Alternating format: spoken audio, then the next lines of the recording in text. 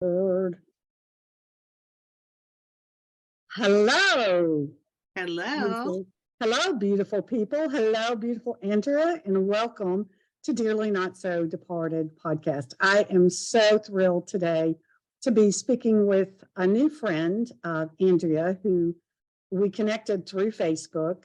She had posted a on a Facebook group about, it was a conversation about how the signs and the connections with our dearly not so departed loved ones. And I loved her post. She said something to the effect that when she remembers to connect, they are always there. And so we spoke on the phone last week. We had a lovely conversation. She has great energy. And so thank you, Andrea, for being here and for playing with me in this space today. Thank you for having me. Absolutely. So last week we talked a little bit about during the pandemic. You're a nurse by trade, is what you do, and you were working as a nurse in a healthcare facility when the pandemic broke out that had no personal protective equipment, no PPE. And tell me a little bit about how, and then some things transpired that led you to where you are today, and it's a beautiful thing. Right. So I started a new job on March 17th of 2020, which was the day the state I live in Yep. closed down. And I walked in and it was my first day on the job. And they said, "We can't believe you showed up." And I said, "Well, I'm a single mom. I need a job. I have to." And they said, "Well, we don't have any positive cases right now. And hopefully, we won't."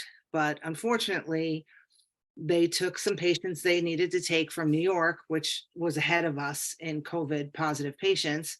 And those patients, unfortunately, half of them were positive and they ended up passing away. And the whole unit that I was working on, then the whole building itself started to turn positive. They weren't prepared, so they didn't have masks or anything like that. I went in every day and it just kept getting worse. And one day I was at home and I wrote down all my important information for my daughter, account numbers, this and that. I said, let's just have this quick conversation. Don't want to make it, very upsetting, but let's just do that. And, I gave her that information and I kept going in for about a month. And then one day I just felt like it would be my turn. Something was going to happen to me. So I called up and I said, "I'm not coming back." And I talked to the administrator and I said, "I'm sorry, I'm not coming back." And he said, "Do you even have a job lined up?" And I said, "No, but I just can't come back." I felt like something was propelling me. That was the decision. I believe it was that day. A woman called me from another facility that I had sent my resume to months prior.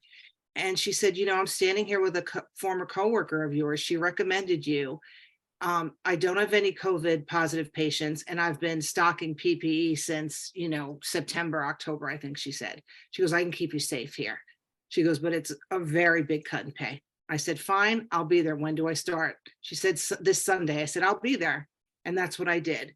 And never at any given time did they have more than 10 positive patients. And I stayed there and I did stay safe. But I did take a huge, cut in pay, and I was kind of bleeding out of my savings. But at the time, I always felt like something would come.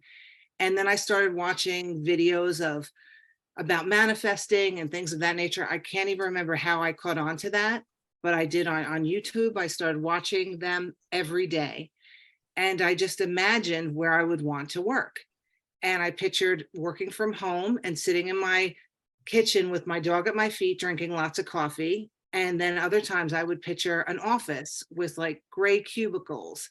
And sure enough, the job I got when my friend called me and out of the blue, and at her job where no one leaves, she said, "Two people are leaving and you have your choice of job, of which position."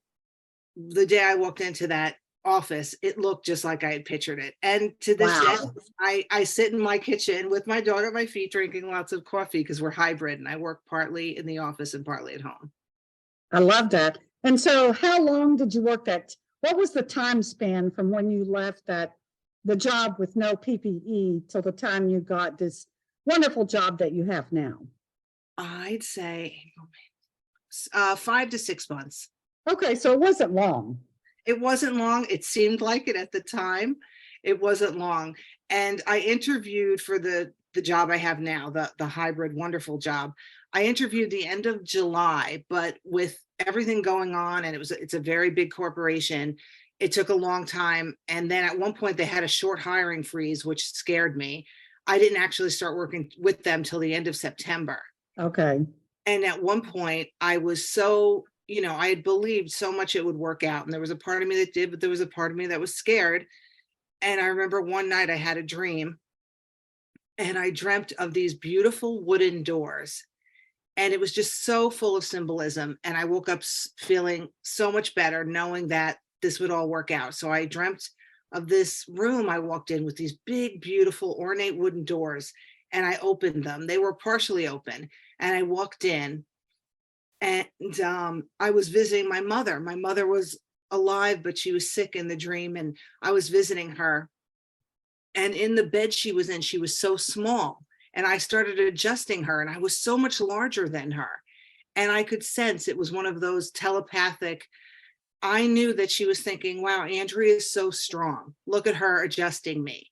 Aww. And then another time in the dream, I go to visit her again, and the door's closed, and a man gives me a key, one of those old skeleton keys. And I go to open the door, and he says, here's the key. You can go visit your mother anytime you want. Just use this key. And I said, well, I have this new job and I can't leave. And he said, don't worry. You have the job. Go visit your mother. Wow. So when I woke love up, that. I knew it was going to all work out, and it did. Wow, that is so amazing. Now, and this, do you attribute these kinds of things, this guidance from non-physical, do you attribute that to a specific person or person? Like, do you have people, dearly not so departed people that have made their transition? And, do you have any stories like that? Tell me how they connect with you, how they show up for you, or if it's just, and I love this, Andrea, because you're talking about how you also get messages and dreams. And my experience isn't like that. Mine is I'm always conscious, rarely, because most of the time I don't remember my dreams. Mm-hmm. But I love that everyone is different, and everyone's experiences with these types of situations are different. There's no one or right or wrong way, there's no good or bad. It's all just, it's all divine. It is all divine. And I feel that source or energy comes to each of us in the way we can most accept it. Yes. And for me, there are moments in my day where I am relaxed, and it can come through that way, maybe through song or a special symbol. And I'll tell you about those type of things. But I think what works for me best, and spirit knows it, is my dreams. And I'm lucky. I remember so many of my dreams. Okay. Yeah. So I'm lucky in that way. Sometimes things come to me and I'm not sure if it's spirit or source. And then other times I know distinctively it's my mother or a family friend. Okay. Of that nature. But again, after my mother passed, she's gone 17 years now, and I get pretty much almost daily messages. Yes. From her. I got a message from her while I was getting ready just now. It was, I love it. Yeah. I was getting ready and I was fixing my hair and not happy with it. And I had my AirPods in, and all of a sudden they came on, and a song came on that I don't even have in my, playlist that I know of. And it was called Beautiful Girl. Yeah. I love that. And they communicate with me that way through songs too. And I've had strange stuff like, I remember when my mother made her transition in June of 2015, I was working. I had just started a new job. It was for a wonderful company with wonderful people and wonderful benefits. And I'd only been there about a month, and I got a call from my baby brother. and that our mother had had a massive stroke and she was in the hospital in Dallas. They did not expect her to make it. And so at this time I lived out of state. I lived in Colorado. And so I was trying to, I was so, I mean, yes, I'm human. Yes, I understand that this death, there is no death. Our bodies do expire. But I was so upset and so shaken. That was my human-based loss. I had a human-based loss response, of course, because it was shocking. I had just talked to her like a couple of days before that, and she seemed fine. But anyways, so I was trying to figure out, okay, got a new job, need to, gonna have to go back to Texas. It all worked out so beautifully, but that night I went home and of course I was in tears and just crying. And I don't know, I had something playing. I don't remember because back then I didn't listen to YouTube a lot, but for some odd reason, Louis Armstrong's What a Wonderful World popped on. And it kept coming up, and I'm like, oh my gosh, what is this? And it was wild because a few days later, she did make her transition, and I ended up getting back to Texas. But the cool thing was when they did a collage video of photographs for her and showed it at her memorial service. And my baby brother, there's 3 of us, so my baby brother, he kept getting repeated songs from on the radio from Lean on Me. And so those were the 2 songs that we chose because it felt like mother, and it felt like that's what she wanted. That was the way she wanted us to honor her, and it was really beautiful. That is beautiful. It's just miraculous how those things just flow into your life at that moment. And I feel like mothers, they're mothering you all the way through. Yeah. Even at that moment, they don't know any different. Right. And my mother was such a strong force in this world. I look back now and I think I shouldn't be surprised that she could send me so many messages and right away, because she was always a force of nature. Exactly. And I love that. Well, and there were so many things that, so I know beyond a shadow of a doubt that she had already left her body, because I was trying to make up I really kind of wanted to drive because I wanted to have my car with me, but it being June and me having to drive through, a part of Oklahoma and the Texas Panhandle, that's tornado season. And so storms, and I've been around enough to know that, and I've seen, pretty wild storms in Colorado as well with tornadoes. And so I was trying to do the right thing. And there was a salesman that they had just hired, and he came on board right after I did, like a week probably after I started. His name was Troy, just the kindest man you've ever met. And I went in to tell him that I was going to be, going. I was going to be leaving that day, and told him what happened. And I said, I'm going to leave. I'm going to drive back to Texas. He's like, no, you're not. He's like, I used to fly for another job that I had, and I have a ton of United points. My wife doesn't like to fly, and so we're going to get you a round trip ticket on United.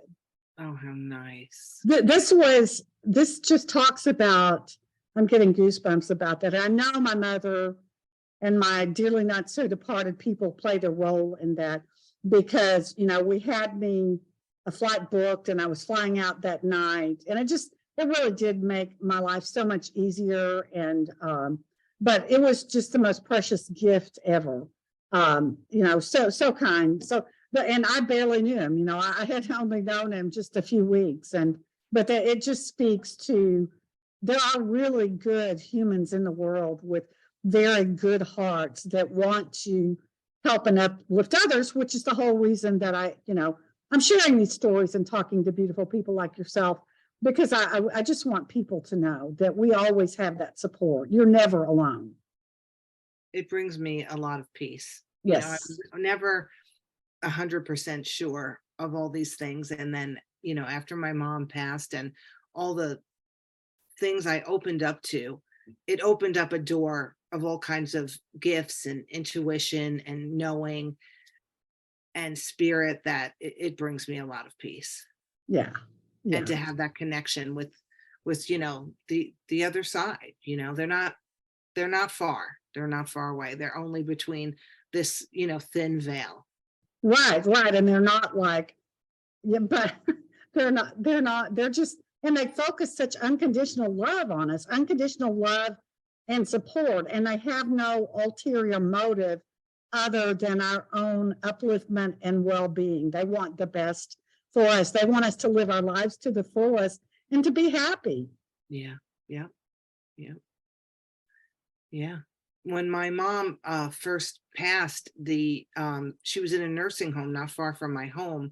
I kept her, there for a couple of weeks. She had cancer, and we were trying to go and get treatments. And every time we went to make an appointment to see the oncologist, something happened with her medically. And I could see, because in life it happens so often, when something's going smooth and things are falling into place, I feel I'm going in the right direction.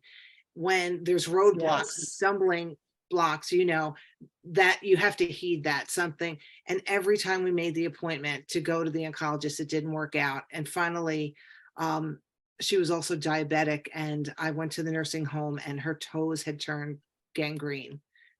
They were black. And the nursing home, I wasn't a nurse at the time, or else I would have told them this was ridiculous. They sent her to a podiatrist, which at that point, there's nothing to be done. Right. So we went to the podiatrist, and he was the only medical person who really, gave us some direction. He looked at me and said, why isn't mom on hospice? She had stage 4 mouth cancer. And she looked at me and she said, I don't want to talk about any of this anymore. I just want to spend time with you and sit and watch TV and just spend the rest of my time with you. She said, so Okay. let's do that and not talk anymore, which was such a gift, because then I was 35 at the time, had 2 small children, wasn't a nurse yet. I was lucky she was able to make that decision, and I didn't have to. She was still cognizant to make that Yeah. choice. And so Yeah. then we just, we stayed at the nursing home, and every night I would go over and we'd watch Dancing with the Stars. It was the first season. That's how long ago it was. And we would just enjoy our time together. And then she just slowly fell asleep, and she'd wake up once in a while.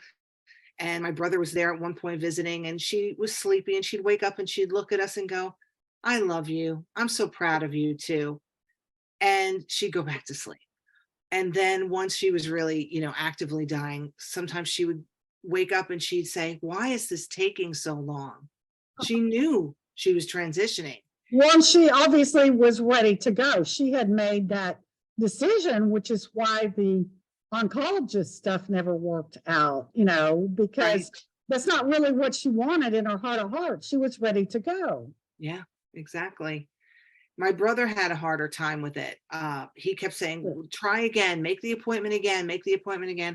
And I said, she doesn't want to. You just have to make, your peace with it. And it was different for him, and I knew it would be. And the night she was passing, the hospice nurse called me, and she said, I think, she had gone to see my mom and did a checkup. She said, I think it'll be tonight. So I let my brother know, and he was on his way from Pennsylvania.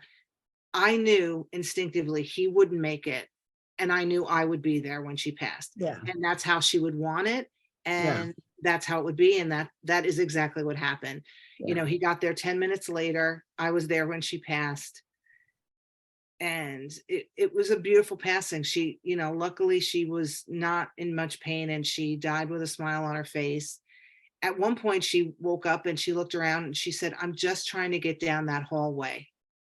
So for Okay. her, that tunnel, or what people see, she saw a hallway. And she said, like, it was just such an effort. She said, I'm just trying to get down that hallway. Oh, she Yeah. sounds like she was an incredible woman when she was physical, and even so more delightful now in non-physical. It's true. It's true. And I would say that was the fall, maybe by the spring one day.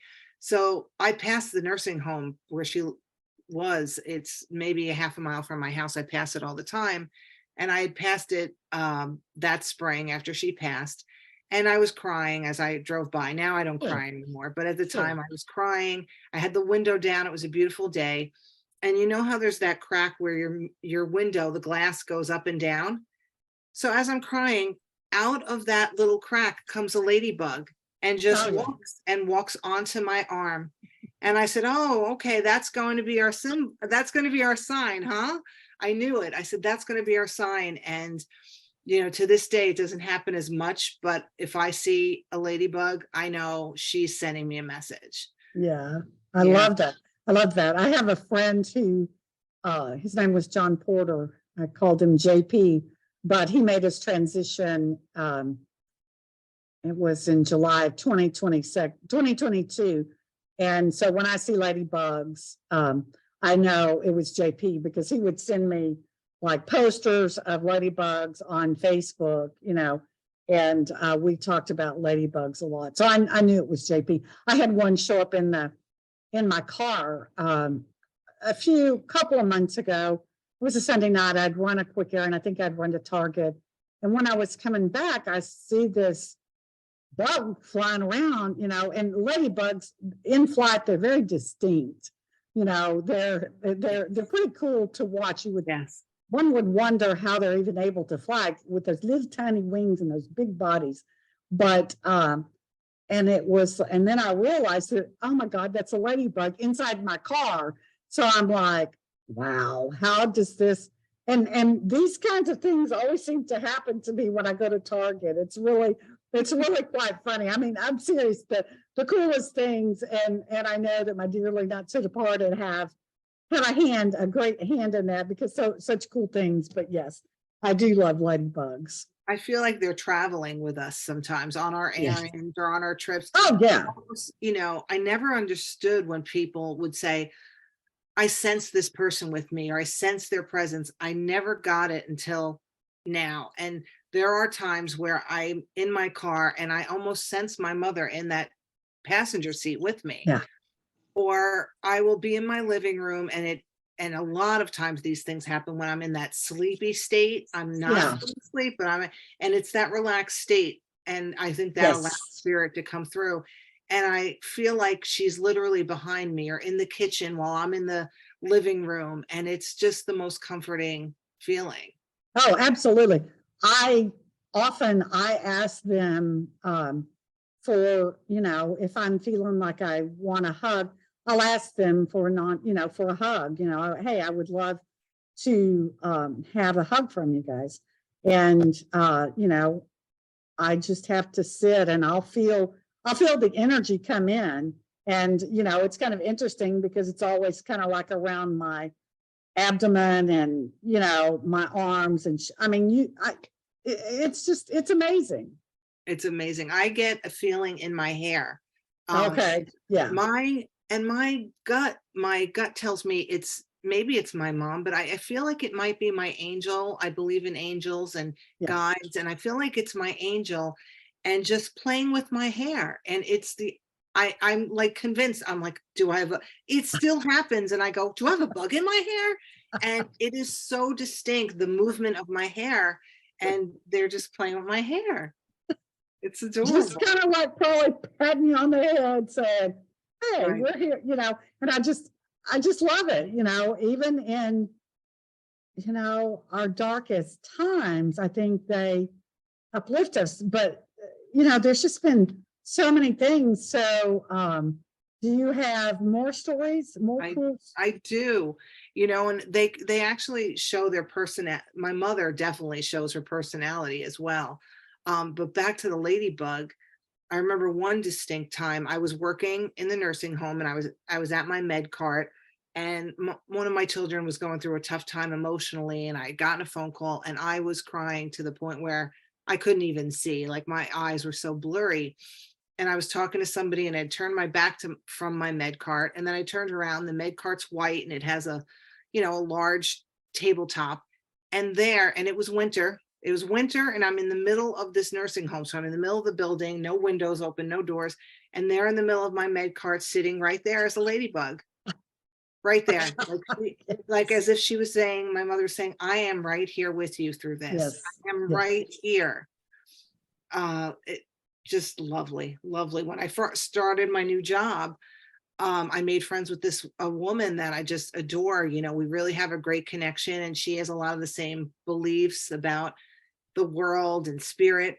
And one day she went outside, came in, and she had like 3 ladybugs on her. It was so funny.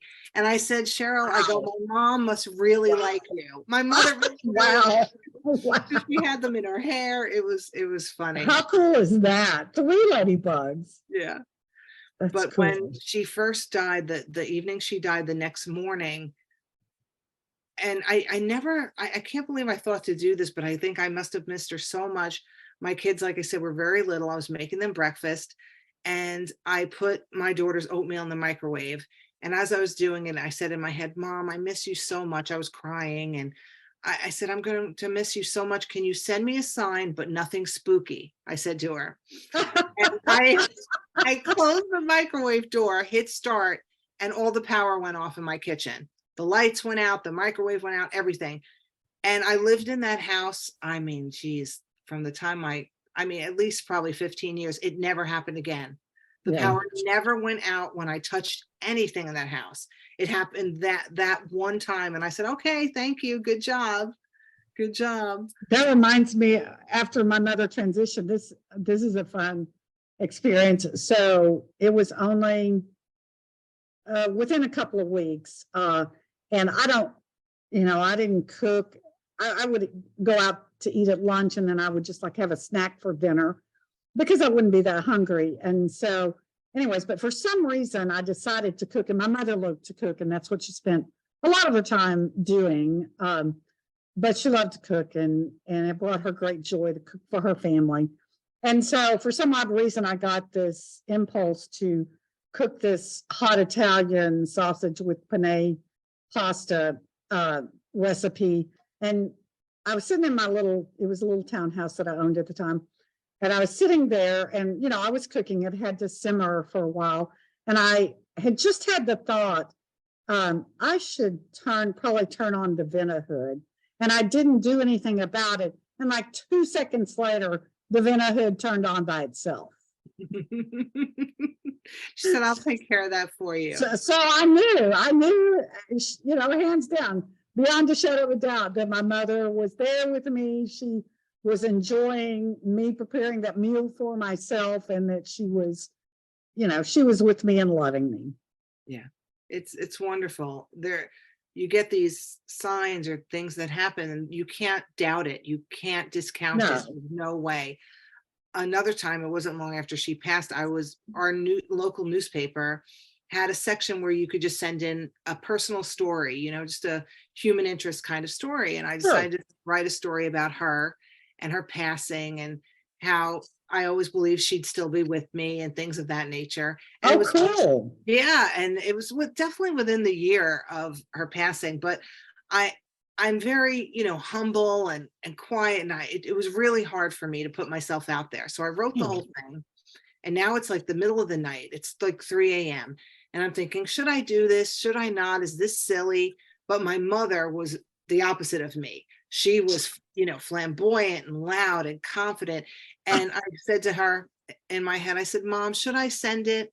If I should, and I had my finger hovering over the enter button to hit send. And I said, if I should send it, could you just, send me a sign?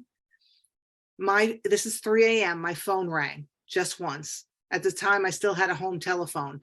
And my phone rang just once. And I said, okay, you want this published? And I hit send, and it got published.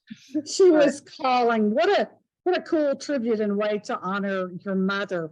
I love that. That's so amazing. I've been so blessed that, and it opens the door to so many other thoughts, because, from what I've read and things of that nature, they say that sometimes it takes people, once they get to the other side, it takes time to figure out how to connect with us or what have you. So if she could do this within the first year, the next day after she passed, it lends the thought to me, well, then maybe she's an old soul. Maybe she was reincarnated. How did she know this already? Maybe she already knew it from her past, because we're eternal. Who knows? I've never had everyone, especially since I've been like consciously aware of this stuff.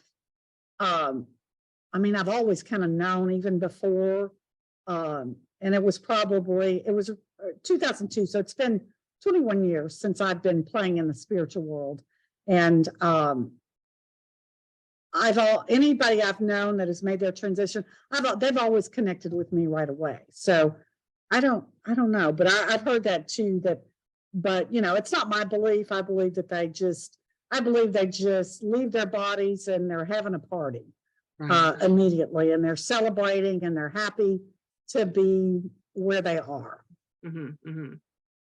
Right. And happy to be now connected with us, just in a different way. It's like walking out of a movie theater into a different movie. We're still in a movie, and they've left the theater and gone to another movie, and they're in another movie. Right. I like that. And it's peaceful. It's a very peaceful relationship.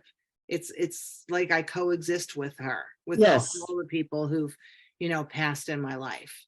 Yes, absolutely. Yeah. Absolutely. I remember I'm a huge Abraham Hicks fan, and I followed their work for many, many years. And back during the pandemic, they did the lives where they did it was 2 or 3 times a week. I can't remember, but they did the free lives. And I remember in one of those sessions, Einstein showed up and connected with Esther. And it was so cool because, the message that he delivered through her, but then the funny thing was I could feel his energy too, and it was kind of really cool. That's really cool. But yeah, so, they're never far away, and all we have to do is ask. And I just love, as I move through life and move through my days, seeing the signs of connection. It's comforting. It's so comforting. It's so comforting. I have, my mom and I had a song, getting back to songs, and my brother is a lot older than me. And when she had him, she worked full time. When she had me, she decided to stay home. And her mom, who's also a very strong personality, helped raise my brother with her, which she liked, but she felt like she was being overpowered. When it was with me, it was just her and I, and she was raising me. So our song was that she loved was "For Once in My Life" by Stevie Wonder. So it's for once in my life, I have someone who's just for me. And there'll just be times where it just pops up, I'll go into, and it's not that common of a song. It's not that common. Stevie Wonder song. It's a great song. I love the song. Yeah. And it'll just pop up at the oddest times. I'll be walking to a supermarket and it's just beautiful. Just beautiful. Yeah. Now so tell me a little bit about what your mom was like when she was here. When she was here, she was, she was fun. She was very loving. She was she could be very loud. She was opinionated. Okay. And she was just a strong personality. She was, she always said how she was a Libra, which is the scales of justice. And she believed in everything being fair. So before the days of the internet and everything, if she saw a wrong, she was on the phone calling the town, or calling, if people were tearing down trees to make driveways in our neighborhood, she was calling whoever she could because it was wrong, to cut down trees, so she was just, and she was just ahead of her time. She really was, as a single mom, she, loved everyone. She didn't judge anyone. She had, 2 friends, 2 men who were partners, and she was friends with them from the 1960s on. Wow. Yeah, I knew them all through my childhood. Wow. And she just loved people. There was no judgment there. Yeah, the unconditional love for who they were. She sounds like just an amazing, and in fact, I'm getting goosebumps. So I know she's here with us right now because their energy, I'll I call it the feels, I'll start feeling the energy. But yeah, she sounds like an amazing woman. and to, to be friends and to be connected to someone, a gay couple in the 60s, that was pretty far out. Yeah. Like, that wasn't very common. They, No. they certainly weren't out in the open, so to speak. Yeah. Yeah. In fact, after she passed, I had another dream, and I dreamt where she was in the room where she passed, but it was daytime and the sun was shining through, and there were these beautiful white curtains and the window was open. It beautiful. And her body was there, but she had passed, but she looked peaceful. And her friend Bill, it was Johnny and Billy, who were the partners, her friends. And I loved them both, but Bill, I just adored. He just had this energy about him of just pure love. And he had white hair and blue eyes. And he was tall and handsome. He had been a fireman, and he was just the most loving human being. And in the dream, there he is standing there. And there's a bunch of people behind him as well, but just him. And I said, "Oh my goodness, Bill, it's so good to see you." And I hug him, and he's wearing a white button-down shirt, and I could feel the shirt. I could feel his body underneath the shirt. And I knew it was more than just a dream, Wow. And I said to him, "Did you come to get her?" And again, we're not using our mouths. We're just talking, telepathically. And I said, "Did you come to get her?" And he goes, "Of course I did." He goes, "Of course I came to get her." Oh, that's so special. That's so special. It was just, I was so blessed. I said, I felt like I got to see him again. Yeah, absolutely. Just beautiful. And years later, I was working again at the nursing home, and that morning, right before I woke up, I had a dream of my mom, and I'm in my nursing uniform, and I'm getting ready in the morning, doing my usual stuff in my kitchen, and my mother's with me. And I know, she has passed, but she's with me in the dream, and we're shoulder to shoulder. Everywhere I go in the kitchen, she is shoulder to shoulder with me, and not speaking, just shoulder to shoulder. I woke up that morning feeling so happy, because I knew she was saying, "I'm with you every day. You're making your coffee. I'm with you. You're getting ready for work. I'm with you." So I get to work, and I'm about my day, and my cousin calls me and tells me that her mom, my aunt, my mother's last sister, had just passed away, my Aunt Fran. And I immediately start laughing, because I think, oh, she came to visit me, but she was on her way to pick up her sister. Oh, there you go. I love it. Oh my God. Immediately, and I said, "Fran, you're not going to believe this." I said, I had a dream about my mom this morning. I said, "I bet she picked your mom up." And then when we went to the funeral, and we were at the wake part where everybody gathered, I have a lot of cousins, and I told everyone that story, and it brought everyone such comfort, and we all had a great laugh, because I had an older aunt as well, my mom's oldest sister, and she was the bossy one. They all had their distinctive positions in the family, Okay. The middle one was, the fun, easygoing one. The oldest one was the boss, and my mom was the baby, always, until the day she was considered the baby. Okay. And so everybody said, "Well, why didn't, the oldest sister come down and get her?" And I said, "Because she was the boss. She told my mother, 'You go down there and pick Fran up,'" So, and it made total sense. As I said it, I realized that was probably the case. Yeah, absolutely. What a beautiful experience, and just heartwarming and to me, it's uplifting and comforting. It is. It truly is. It just, solidifies for me that, they're right there. They're right there, and they're together. Right. And we don't have to stay connected to that missing them energy if we are interested and we have a desire to connect with them where they are now. That's how I feel. That's how I feel.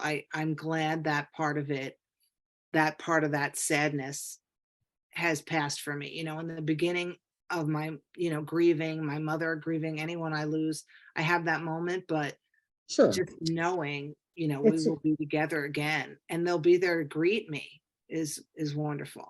It's a very human response, very human response. So yeah, so do you have anything else that you'd like to share? I mean, I get a lot of signs, and the other signs I get, I always wonder if it's just my connection to spirit as well. Probably share you about those. I love you know, signs. I've had times, and it's funny, I can't remember why I was upset, but there was another time I was upset about something and I was crying, and I just pulled into my driveway, and they all out of nowhere, I look in, at my glass door, the window, and there's a hummingbird just staying in one spot looking at me. And Okay. the hummingbird and I are just looking at each other. It was bizarre. And then it stayed there for a good maybe 15 seconds and flew away. It was gorgeous. And I looked up the symbolism of hummingbirds, and it was all Yes. beautiful, wonderful things about Yes. change and, good things coming my way. And it was just beautiful, Well, beautiful. because they can fly forwards and backwards, which is awesome. And I think they're the only bird that can do that.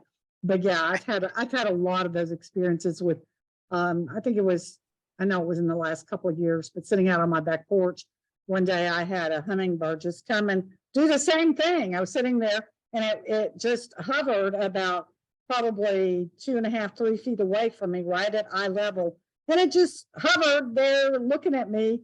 And I was like, cool, hello, Yeah. little friend. Yeah, it's just beautiful.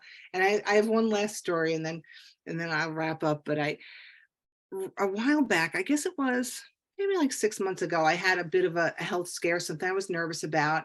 And my anxiety was just getting the better of me. And again, like my mother always said to me, you just have to put it, in God or Spirit's hands, lay it. She'd say, did you lay it at God's feet? Did you ask? And I don't usually ask. And this time I said a prayer and I asked, and I said, I need a sign that everything's going to be okay. I don't have the answers right now, and I don't know if I can handle the waiting. Can you please send me a sign? And I hate to be a brat, but I want it now. I want the sign right as soon as possible. Not in 3 days, like as soon as possible. Because sometimes right now. right. And I've never asked that before. And usually it takes a little time, but I didn't want to wait. So I had to go. This is funny. I had to go to Target. So so I tell my daughter, I have to go to Target, and I walk outside. This is after I said my prayer. Now it's like dusk. It's kind of dark. I go up to my car, and, there's the window, and then there's, your door, and there's like a little bit of an area there, right there in the corner where you could stick a piece of paper or what have you. And I see something there, and I'm like, what is that on my window? So I grab it, and I feel solid. And I say to myself, and it's so dark, I can't see till I get in my car. I go in my car, I turn on the light, and it's a rock. It's a rock with a little snail on it. I have it right here. And it says hope, peace, and faith. Wow. So someone put that on your, how cool Right. is that? But right at that moment when I needed it. Yeah, absolutely. I mean, I hold it, and it just gives me this happy feeling. Right. It's just, and the snail even has like a little smile on his face, like, okay, things are going to move at, a certain pace. Just be a little patient and have some hope and faith. And everything turned out okay. And that was my sign. That is amazing. And it really was 10 minutes. They managed that in 10 minutes. So. Well, they can do, like I've had 40 confetti I threw in 1996. We threw my husband's 40th birthday party. And he, of course, made his transition in December of 2007. And then, of course, I moved from Texas to Colorado. And anyways, when we had that party, the invitations, we put 40 confetti in them. And so anyways, somehow or another, that 40 confetti showed up when I moved to Colorado in 2008, which obviously counted, 1996 to 2008 is like 12 years. So in my condo in Colorado, all of a sudden I see this piece of 40 confetti just randomly on the floor. And I'm like, okay, I got you. And I had to chuckle. And then the same thing happened here. I moved to San Antonio, and the same thing happened I had another birthday, and that was right before my birthday then. I had another birthday, and my birthday in 2022, I had a milestone birthday. And I looked down on my rug. I have an area rug and between my couch and my ottoman, and lo and behold, there's a piece of 40 confetti. Mhm. So, and again, now we're talking, you know, from 1996 to 2022, that's some years. So Yeah, how, yeah. so the confetti just apparently falls out of the sky to wish me happy birthday. That's amazing. But, Again, but who would have ever known that in 1996? You know, Right. I didn't know that that was even a thing or going to be a sign or, you Mhm, know, mhm. but so, you know, these things are so special to me. And Yeah. I just hope that the listeners, when they hear these conversations, that it brings some comfort, some soothing. It helps them to know that, you know, be happy and embrace where you are and connect with your dearly not so departed loved ones and feel their love and feel their energy and feel their support, because you're never alone. You're not. It just talking about it makes me happy. Just Yes, absolutely. I agree. So, well, this has been just the most delicious conversation. So much good stuff, Andrea. Thank you for being willing to, again, take time out of your day to visit with me. And we will have another chat at some point in time. my pleasure. I would love to. It was wonderful. Thank you so much. It was amazing. It was amazing, amazing, amazing.